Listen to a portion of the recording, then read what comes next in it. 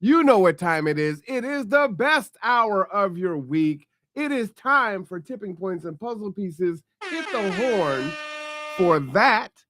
So sit back, put on your seatbelts, mute your phones as I mute mine, and prepare to be engaged in a stimulating discussion. This is episode number 87. So welcome. But again, I don't do this alone. I don't even know if I could do this at all if it wasn't for our fearless leader walking through the machete, chopping down the bushes, obstinance, ignorance, and a whole bunch of other things.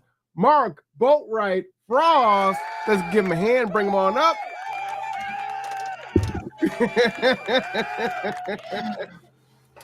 Okay, bushes and ignorance. Yeah. Let's go. Let's go. How are you doing, sir? Pretty good. Yourself? Oh, you know what? I've got a cup of coffee, so I'm doing fantastic. And if you see my cup, see no, hear no, right, and speak no evil. Well, you are running for city council. That's going to be kind of the bylaw, isn't it? Well, you know. There you are. Ooh, I'm sorry. I started this off with a political diss. Yeah, well, there's a lot of things going on in politics right now. I hear that there's doing a vote on a new Speaker of the House. Yes. That no one has ever heard of. So this is going to be kind of interesting. Well, this is true. I don't know who it is, but I'm glad to see at least some movement. We need those pieces in place, right? Yep. Regardless of what you think of them. Yeah, there was an article I read earlier today saying that there's a suspicion that some people are trying to run the clock out on the budget. Really? Yeah, because they'd like to see the government shut down for some mysterious reason. But here's the thing: that he is third in line for the presidency. By the way, I'm not saying that I believe that. I'm just saying that's an article I read this morning. I'm going, well, that's interesting. Why would somebody do that? But yes, this person, the Speaker of the House, is the one that is in line for president if anything happens to the president and the vice president. That's too close to not have someone in that position. Well, someone in that position that is a reasonable human being. That's debatable. Depending on who but that's the goal. But that's the goal, right, to have somebody in there that's a reasonable human being, somebody who's responsible enough to step up into that role and do a good job, or do a job right of some sort that doesn't hurt the people. Absolutely. So today we're going to talk about it's kind of an Easter egg to some degree. I have started writing a series called A Vision for a Human Future. Okay. And as you know, I don't do anything where I talk about the problem without talking about a solution. I like that. These will be the same. They're a little shorter than the other things you've read that I put together. The first one is about halfway finished. It's about it's the introduction to it. Mm-hmm. And I just want to read a few lines of it so we have something to start talking about. The starting of it is, a journey of 1,000 miles begins with a single step, which is Lao Tzu from The Art of War. And it's kind of apropos to everything about this. We have to take a step. We can no longer sit there and be observers. So let's keep it simple and start with a single question. Speaking of the environment in which we live, are you thriving? Woo! What does thriving mean? How do we answer? How about we answer it in this way? Are your basic needs being met? If the answer to basic needs is no, you are not thriving. But then almost none of us is. How do we change that? That is certainly the question we are hoping to start answering here in this series. Before we get to the answer, let's make sure we understand the questions about ecosystem in which we add questions about the ecosystem in which these questions are asked. An ecosystem is an interconnection of living organisms, humans included, their physical environment, and all their relationships, including family, community, and environment. Pretty much everything we are connected to: natural, social, work, everything. When you can start looking at the world around you through this lens, you begin to see things differently. You begin to see the connections you were never aware of. And you begin to see that these connections are broken. And how, as more and more are broken, you become isolated, more isolated from the ecosystem. As isolation occurs, we become unable to see the connections and how we interact with them. This is very harmful for us as both individuals and as a connected humanity. We as human beings are hardwired to connect, with each other. We have to have community. This environment of broken connections goes against everything that we are, and lessens us. The first step to solving any problem is recognizing there is one, by Aaron Sorkin. That last one was a quote. So that's what I want to talk about. It's just kind of like the whole introduction to this is saying, the connections are being broken. As they are broken, we are more and more isolated, and we're pretty far down this path already because we don't even know there are connections. Right. You sit in your chair, I sit in my chair, and we don't understand how interconnected we are. Well, you want to give us some examples? Well, let's talk about 2.5 years ago, we didn't know each other at all. That is a very true story. And then we were both invited by Martitha to do a 9/11 memorial presentation. And we started talking. And 86 or 87 podcasts later, we've gotten to be fairly good friends. And a workshop. And a workshop. And a workshop. We've done a lot of things together to start driving community. And I would like to say that a lot of what I'm talking about has changed your perspective. Oh, yes, for sure. I would agree with that. So together we are starting to address the broken connections. And what my job is to help people see the connections so that they can start mending them and recognizing them and working together and understanding that humans are not all of the divisiveness we have. Humans are not that. Humans are something other. And once you start seeing the connections, all of that stuff goes away. And you realize how much nonsense it truly is. Does that clarify it at all? Yeah, no, I think it's very helpful. And I think it's also a good idea to be reflective in that. You did that with your birthday this year, right? You wanted folks that were around you that could reflect on the person that they see you as and not the person that you see yourself as. And then you could do some analysis and say, are those things congruent? Do I have some blind spots? Can I take the meat and spit out the bones? So it was a very enlightened birthday that you had this year.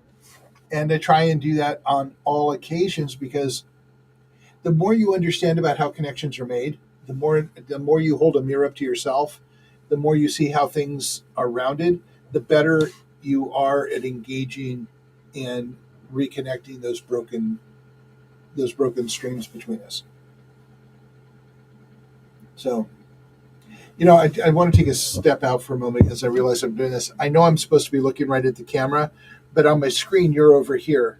So I turn to look at you on the screen when, I know that people get confused by that, but I'm still getting used to the whole idea of podcasting 87 episodes in. Well, I'll put you on the other side so you can turn. Okay. And then I can look right at you while I'm looking at the camera. That works out better. That better? Yeah. So, the whole thing is so artificial in some ways of doing this because we're not in the same room, but you want it to feel like we're in the same room. Mm-hmm. So, and keep the connection with people. So you don't see me say, "Hi, Marwan, how you doing?" Hey, I'm doing pretty good. Oh, over here, this way. So anyway, so I will be doing this series. This is the introduction. It'll probably be released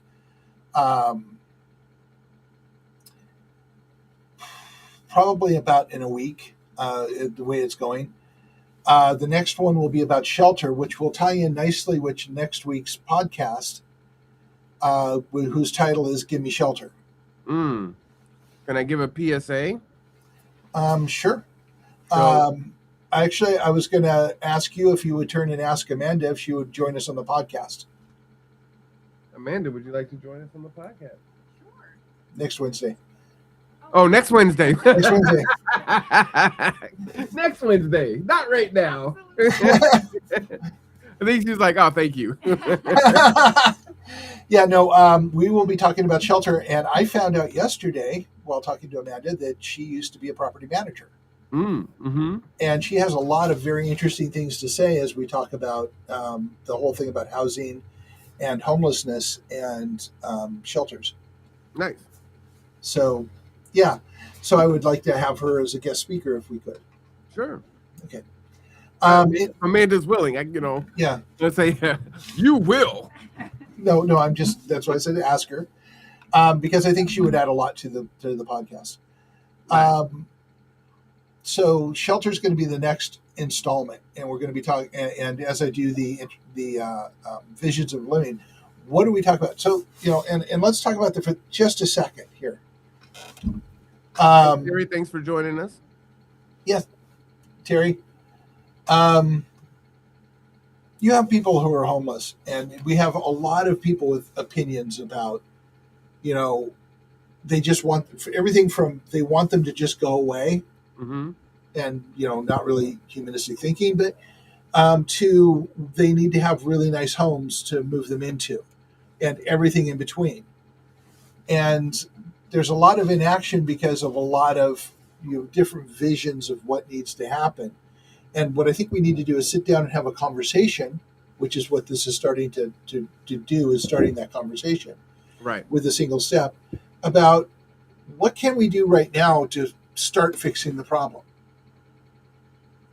and start putting ideas out and writing them down and see if we can come to some kind of a consensus about where to put energy to make things happen. Ooh, I got an answer. Okay. It's your favorite phrase. What Okay. it starts with. I'm sorry, I missed that. I said it's your favorite phrase. What Okay. it starts with. We the people. I think that's how we need to look at all of the things that are facing us right now. Absolutely. Watching a news article on the ice shelf and the fact that they're saying there may not be anything we can do now. That just came out this morning on the Young Turks, and I'm listening to that. And it has to start with all of us. It's not going to be a few of us that are able to make the change. Yes, we're looking for a tipping point, but people have to get resigned to the fact that it is going to take the majority and not the minority to really fundamentally change things in a way that's best for humanity. But it's going to take a minority to start it. Oh, absolutely. Yeah. I just want to make sure they don't think, we have to wait until everybody comes together. No, it's going to start with a minority of people. So we snowball, right? Yeah. And I was listening to the conversation. I actually have not had time to follow up at the city council about providing wastewater treatment and water to that development out in the forest past Illahee. Mm-hmm. I don't know the name of it. In Tidy Forest or something like that. I live here and I don't know the name. It's not a place I go to. So, and I never heard the end of it, but I'm thinking about they're building down on the water line again for a lot of these homes, and the water's rising. I mean, we're talking decades, not centuries. And what do they expect the homes to be there for, like 10 years, or do they just not care? Well, here's another piece, right? When you have wealthy individuals that are building on waterfront property, understanding what the future ramifications are going to be, that when that time comes, then they are likely going to be expecting subsidies to rectify their situation. Yeah. And insurance, which is insuring fewer and fewer homes, and I can't wait until the insurance companies decide that waterfront property is not something they want to insure anymore. That's happening all over Florida right now as we speak. Yeah. And it's probably going to start happening in Washington State in the very near future. Well, which is particularly dangerous, right? Yeah. So what do you do if you cannot get insurance? Okay, so exactly so. So first things, let's look at a little history here. We had a ferry system long time ago here. Okay, the ferry system was working and running.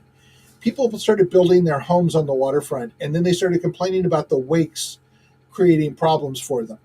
You think the wakes of the ferry boat is creating problems? Wait until the water rises 8 feet. Then you're going to have some real serious issues. But if you remember, they were powerful enough to stop the fast ferry for a while. Yeah, and or stop and slow the other ferries down tremendously. The Bremerton ferry used to be a 40-minute run, not an hour run. But they were able to slow that down as it goes through there because they had a lot of political power and money. And, I'm trying not to be as honest about my feelings of politics as I need to, but let's just say that their interests are not necessarily aligned with people. I see your struggle is real. We understand. Yeah. So as we look at this and we look at going into the future, one of the reasons I'm writing this is to show how all the dots connect. But I'm going to be so the plan of this is to write the introduction, which I'm doing now. The next section will be about shelter, and it's all about perspectives. But each one will have, here's things we can do right now to address some of these things. Mm-hmm. So all of them will have actions we as individuals, we can take as communities, we can take together to start addressing some of these issues. Some just close, like the neighborhood gardens that we're working on. Those are things we can do right now to help deal with food security issues, which are going to get very, very real in the next year or two. So it's already real for so many people now, right? It is, but the people who don't think it's going to affect them are about to find out how real it is for them too. They are. They definitely are. Did you ever see the movies? Did you ever see the movie Soylent Green? No, I still have not seen it. You said you have a copy of it, right? I have a copy of it. I'm going to talk to the people at Westside Improvement Center to see if we can do a screening of it there because they have a screen. I have the ability to play it. I have a copy of it. As long as we don't charge for it, there's no copyright issues. And I'd love to show it again. I had 2 people leave because it was an 80s movie, and therefore the violence was more realistic in a way than it is today, where you have CGI and such. Mm-hmm. It was more people on people, and a couple of people got up and left because it was darker than they expected it to be. But in this case, how graphic an 80s movie can be. Well, you got people swinging crowbars at real people.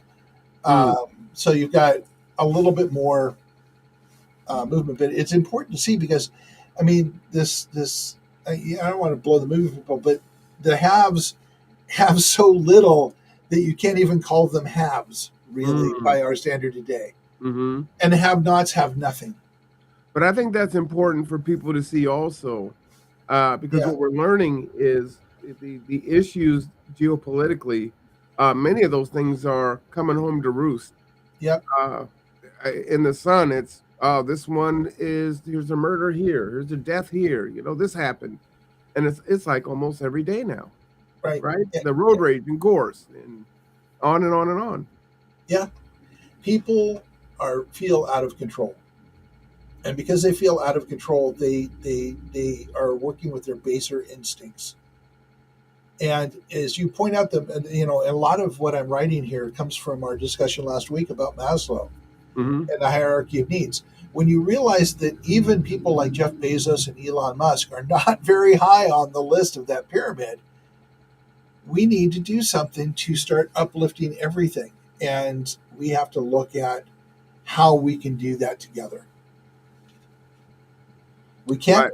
Right. Politicians are bought and paid for by and large in Washington, D.C.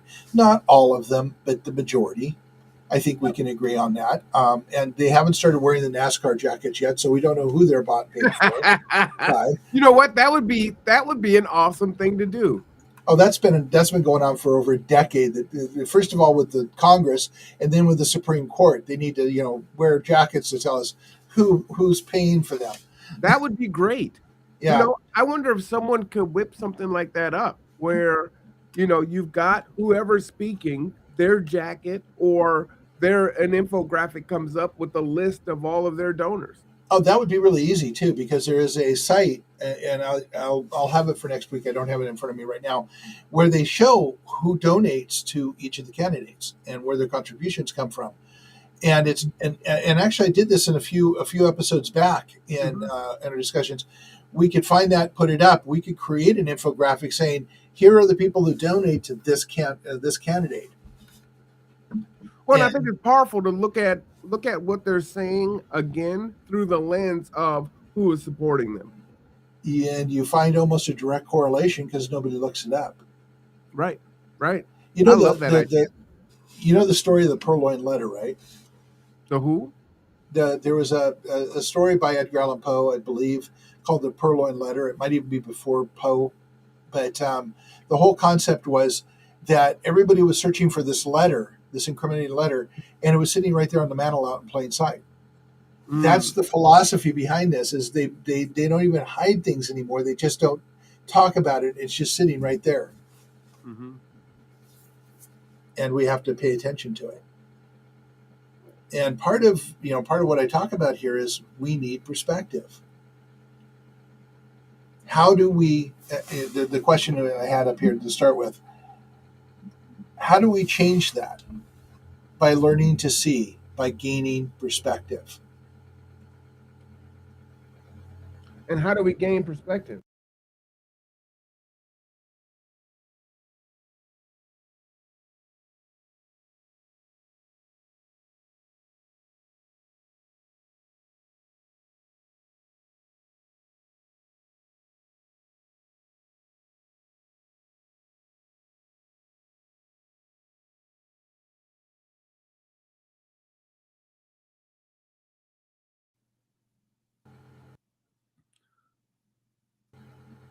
Sorry about that, Mark.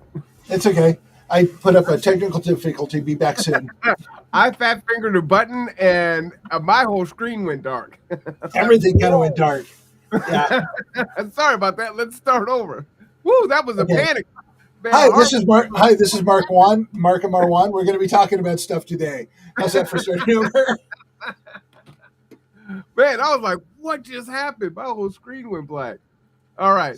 So how do we gain perspective? Yes, how do we gain perspective? Well, we will be doing more workshops. We are engaging in coffees every Saturday except for last Saturday, at the Cups Cafe downtown. First of all, go to the Kitsap Resiliency Project page. I mean, all you have to do is look at it and read it and understand what we're doing, and then get engaged wherever you want to get engaged. We spent we're in the process of gathering leaves and cardboard to start our Matthew's garden. We just Crystal, one of our board members, Crystal Connolly, her husband, Terry, and myself went to Seattle on Sunday and just did touristy things and got to know each other. Part of gaining perspective is getting outside your comfort zone and getting to know people and looking at things differently. Making connections, because that's what's being broken. So make more connections. So you brought up the Kitsap Resiliency Project page, okay? And God only knows if you're actually going to be able to see what we want to see, because it's Facebook. Actually, Amanda taught me how to look at the most recent stuff. Oh, cool. Or?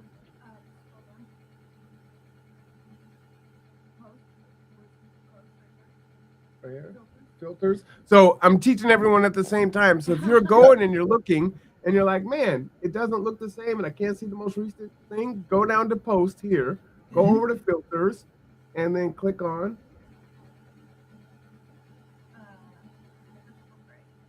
Well, that doesn't look right.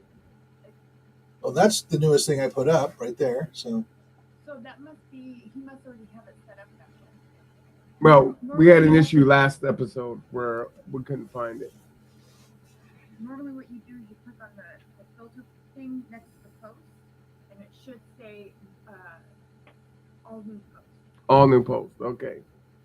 So that's where you go if you're not seeing it, and you can always double check to make sure that it's set that way. Okay.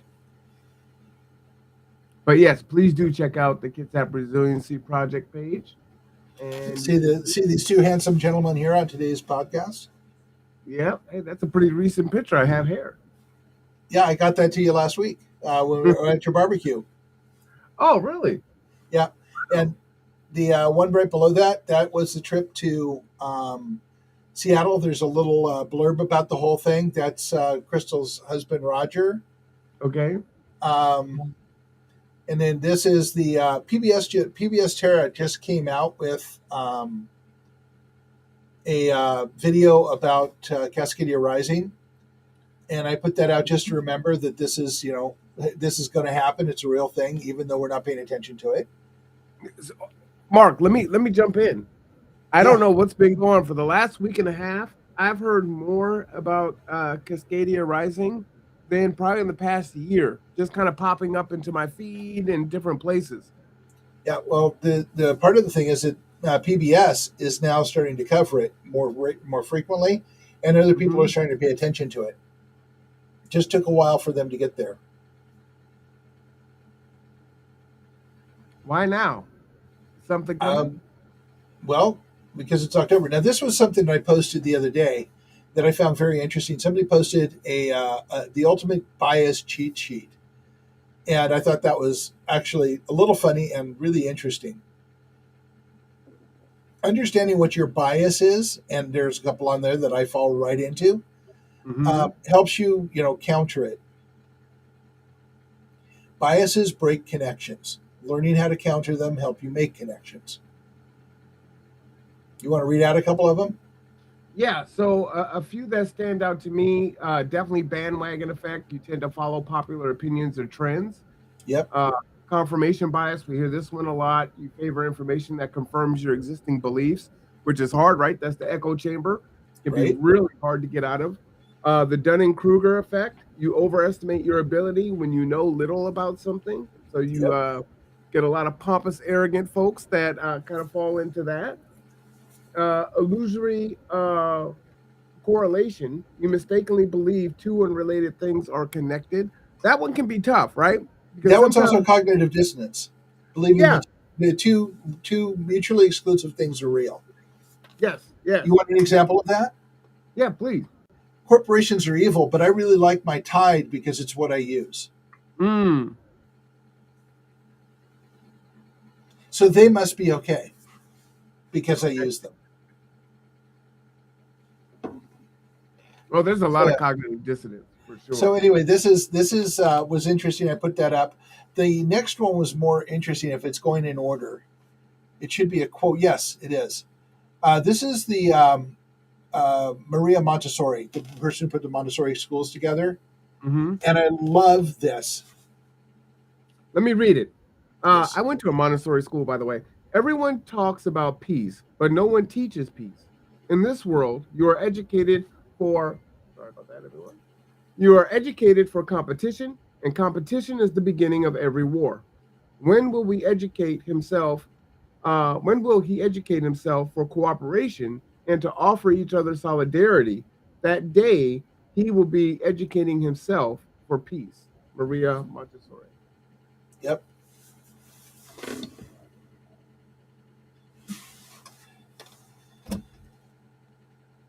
So this So is a why don't lot of we teach peace?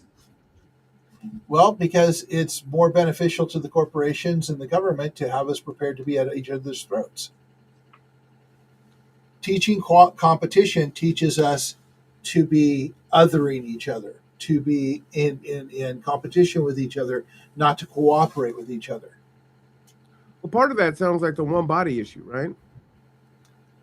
You know I'm that sorry. philosophy. No. So there's a sci-fi I believe that came out of, it's a series of books. It'll be on Netflix next year. You can catch it on YouTube if you like subtitles. But it talks about, basically this philosophy of, it's kind of like game theory, right? So if there's an alien race out there and you're out here, if you go out and you find them, how are they going to regard you, right? Are they Right. going to see you as a danger and say they need to kill you? Will you see it that way? So it's better to stay hidden, right? Is kind of when you go through the game theory of it. As soon as you become known, then the conclusion will be war and destruction. And because they also don't know the level of advancement, right? So are you more advanced or are you less advanced? And there's no way to know. So you have to arm yourself and maybe do first action just because you don't know. You can't take a Right. chance. And that's our way of thinking. And we Right. can't attribute an alien to having our way of thinking. Sorry about that. I need to try to mute that. Let me take that off. Yeah, no worries. Anyways, the whole point of it is that we tend to be egocentrically human. We think that other people think like we do when we don't even know how we think. And we don't engage with each other in a cooperative manner. If we are successful in what we're doing, and a lot of, not just us, but everybody that's trying to do this work is successful, we will learn how to cooperate together, and we will move into a new age of humanity, a more cooperative age of humanity instead of a competitive one. And we will start working with those connections. We cannot assume that an alien race, whatever that looks like, will have gone through the same process. But we can't assume they haven't either. So we would not necessarily hide, but we would want to observe and see what we're dealing with. Right. But we're just broadcasting ourselves out for everyone like we're here. Right now we are. Yeah. Probably foolish. Well, there are billions and billions and billions of stars, and there's going to be stars with life forms on it, and maybe even advanced life forms on it. And God only knows if, a lot of the theorists are right. We've already been visited by aliens, and we're still here. So we can't assume anything because we have a lack of knowledge. Otherwise, we go into one of those biases we just talked about. Yeah, I was scrolling back up to the biases because I think we need to revisit that, sir. Yeah. I don't think it's a good idea. We're not ready. Well, it's like we aren't ready yet. And if it happens tomorrow, I'm just going to roll my eyes and cross my fingers and hope that we don't screw the pooch. And the last one that I think is one of the most potent ones is the sunk cost fallacy. You stick with something not working due to what you've already put into it. And I think this is emblematic of our city council and our governments beyond, right? Yep. This is when you hear, oh, this is how we've always done it. This is the law. And it's like, but don't you make the laws, right? This is the ordinance, but don't you make the ordinance, right? And so we're just going to just keep on going, even though it doesn't work. And then we're just trying to make these little small incremental changes. And we think that that's going to have some large change when we need to about face and do some radical things, right? That's a huge one, sunk cost fallacy. Yep. I love this chart, by the way. And it goes right along with, Alcoholics Anonymous' statement that insanity is doing the same thing over and over again and expecting a better outcome. Mm-hmm. Yeah, I love that one. So, what we're trying to do is get people's perspective. I mean, really, if you break it down, everything that Rosecco does works toward getting people to have greater perspective and start making connections. Mm-hmm. That is our way of trying to future-proof humanity, getting us to make connections. Terry said, I just read that. Are you talking about the one body problem, Terry? And did you like it? I think she was talking about the chart that's on Facebook. Oh. as much as I would like to say that my dear partner Terry and another who is also a board member reads Facebook every day, she doesn't. Well, I was geeking out on that, so yeah, I don't have time to read the book, and the books are really great. But I will be watching the series when it comes out. It's just a fascinating look at really complex issue. So and how we fall into these lines, Yeah, I am reminded again. Right at this moment, just before the show started, I've been reading a book that is what a movie was based on, Ready Player One, which is a great movie. I love it. Steven Spielberg film, great cast, really interesting premise. But I was told that the book was better. And so Terry bought the book. I actually got the first chance to read it. And as I'm going through it, I like the book so much better than the movie. Yeah. Not that the movie was not still a great movie, but the book is so much richer in talking about the environment and how it happened. And when you look at it, it's the environment we're heading for at a high speed right now. Hunger, housing, dealing with people dying because there's just not enough resources for them. And then you have extreme haves and extreme have-nots. Yeah. And you have a gaming program called the Oasis, where you go into a virtual reality inside a machine, and everybody gets in there to escape. So, And again, and I'll just share this, but this goes along with our conversation here. Amazon announces 2 ways to keep using robots to assist employees to deliver for customers. 750,000 Amazon robots that are able to do the jobs that many of humans do, right? And as you phase these out, and they tell you, oh, well, we'll be also creating jobs. Well, these jobs aren't for those people, right? These are engineered to keep the robots working and keep security or keep things secure from a cyber standpoint, right? right. And so what do you do with 750,000 people out of work and more, right? And these are the things that we have to address now. And it's really the frog in the pot, right? It's being brought to boil, and all of these things: climate, housing, inflation, war, civil unrest. And All these we things all, have been and we all think it's somebody else it's going to happen to. right. Let's do the numbers one more time, just because I never get tired of saying this. I really do get tired of saying this, but let me say it. 46%. 46%. This is like now 6 months ago, so it's probably higher. Mhm. 46% of the people in the United States, that's 150 million people, are one paycheck away from being homeless. That's half of us. 1 in 2. Okay? 1 in 2 of us. It's way past time for us to start addressing this. Okay?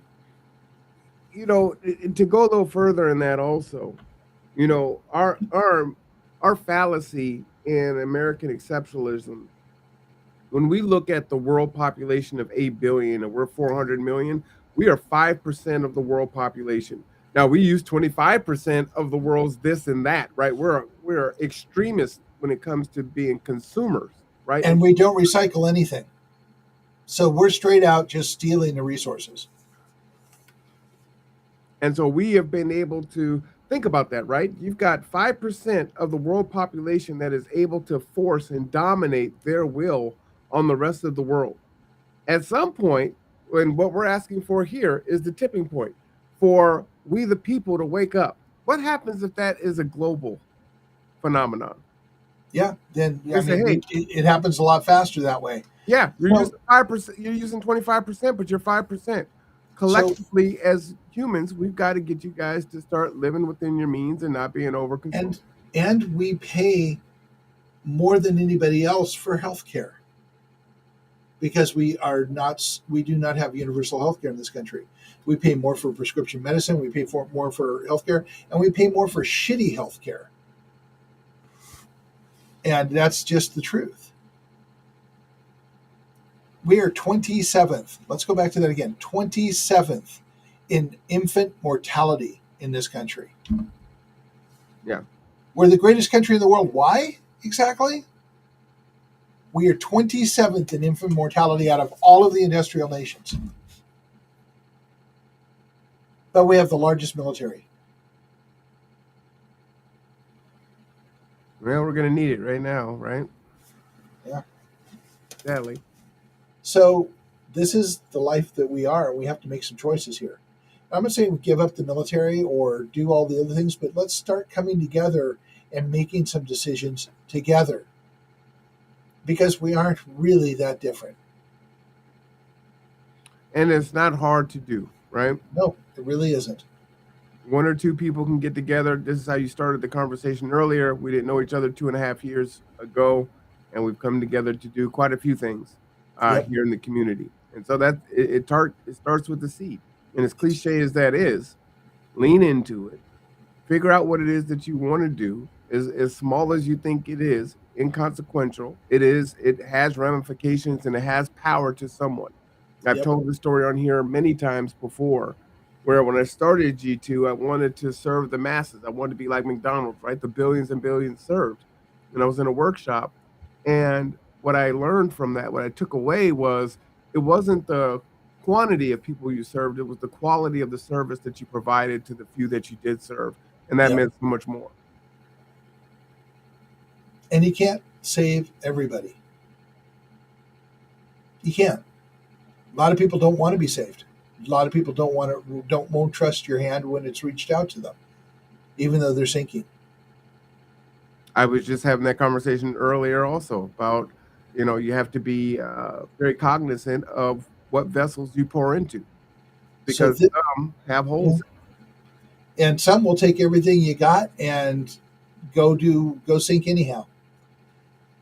So this is why Resilient Ecosystems and the people in the Kitsap Resiliency Project do it the way we do. We invite you to join us. We invite you to come to the table. If you can't do that much, there's no resources I can give you that are going to get you where you need to be. And Terry says, yes, she did just read that. So you need to have a discussion because she might encourage you to read it. Terry, was it good? Did you enjoy it? It's right up your alley, Mark. What are we talking about? The 3-body problem. Oh, okay. I will put that on my reading list for after this book. That's awesome. So yeah, this is we have to come together, and we can't go out and drag you to it. I mean, think about it. All of us seem to know an alcoholic. Until that alcoholic is ready to start dealing with the issue, it doesn't matter if you go and grab them and throw them in the car and take them to a meeting. It's not going to make any difference. All you can do is invite the person to join you. You can't make them do it. So I was just having this conversation this morning also. Are there things that we can do to encourage someone who's not quite there yet? I mean, aside from having the conversation, to maybe stimulate that process a little bit faster, to get them engaged? You have to have the conversation, and you say, I'm here when you're ready. Period. That's all you can do. I am here when you're ready. So it's tremendously important to reinforce these conversations and these concepts. Would you agree with that? Absolutely. Every minute of every day. And I love how they just manifest, repeatedly throughout the day. Yes. And you just have to be open to having the conversation. It's that God gene. I love it. So the reason the reason that I know about Amanda's past is we were talking while I was driving her, and she told me she was, and we started talking about HUD, and we started talking about the vouchers, and we started talking about the perceptions, and that's a lot of what we'll talk about next week. Don't give away the goose early. No, but we talked about, we'll be talking about a lot more than that.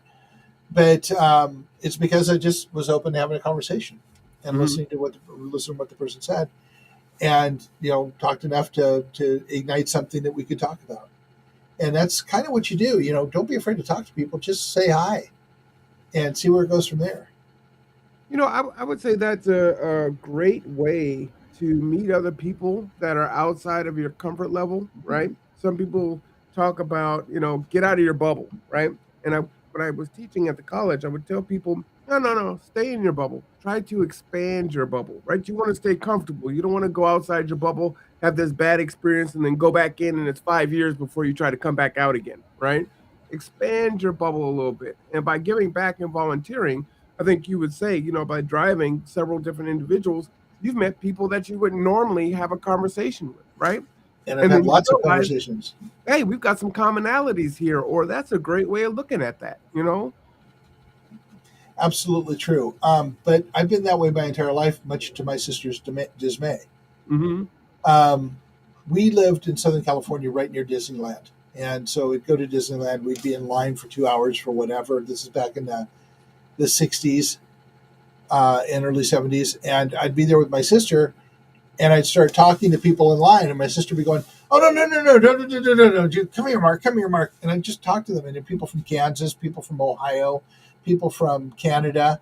I just talked to them, and I've been doing that all of my life, and it's amazing the conversations you get in with people because they just like somebody to listen to their story and listen to while they're there. And while you're waiting in line for 2 hours, you end up like in great conversations with people about stuff. And I've been doing that since I was a kid. I love hearing people's stories. I love figuring out where people have come from. And it's put me in the way of all kinds of interesting things. On the other hand, my sister hated it. You know, there's quite a few people that are friends who travel a lot, right? Mhm. And one of the things that they remark on is how small they feel when they go to different countries and go and visit different structures or different land masses, and it's like, wow, I just realized how small I am in the world. Mhm. And we have our own orbit here, here in the United States, in Washington State, in Kitsap County, in Bremerton, in District 4, and you can drill it all the way down, right? And in that, we're still very segregated in regards to who we associate with, what stores we go to. And so we kind of see the same type of people in the spaces that we go. But there are all of these other folks that have very vastly different experiences, but they all exist in the same ecosystem. And if we Absolutely. just expand just a little bit and have those conversations, we'll see that the solutions will come fast and furious. And we're very much alike in so many different ways. We are. And the thing is that we hold our differences in front of us like a shield Hmm. instead of putting the shield down and embracing the similarities. And there's a line from a movie that I think about frequently in this case, and you're going to laugh. It's from Smokey and the Bandit, of all things. Burt Reynolds and Sally Fields are talking, and she talks about Broadway, and he talks about a country western star, and he says, "How smart you are depends entirely on what part of the country you're standing in." Wow. Think That's about true, that. right? Yeah. It's true. Well, there's a lot of people up here that think that people from the South sound slow and ignorant, right? And then we'll get folks from the South that say, you talk like a Yankee, or you've got that proper that proper talk. Yeah, absolutely. But it's all about the experiences, and here's the thing that we try and get across to people: it's the experiences that you share with each other that are different from what we know from our own experience Mm-hmm. that create the diversity and the strength to create a picture for all humanity. Yeah, I like it.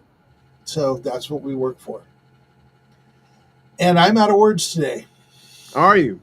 Yes. Well, let me circle back to my PSA. Okay. There is a frost advisory here for Kitsap County that starts tonight and will go into tomorrow. So do make sure that you give yourself some extra time in the morning, as there may be frost on your windows. It may be a great consideration to say, hey, do I need to weatherproof my pipes and things a little bit early this year? We're supposed to hit the 30s and the low 20s in a few days here. And the severe weather shelters may actually activate before November 1st when the Salvation Army opens its shelter back up. So this is pretty early.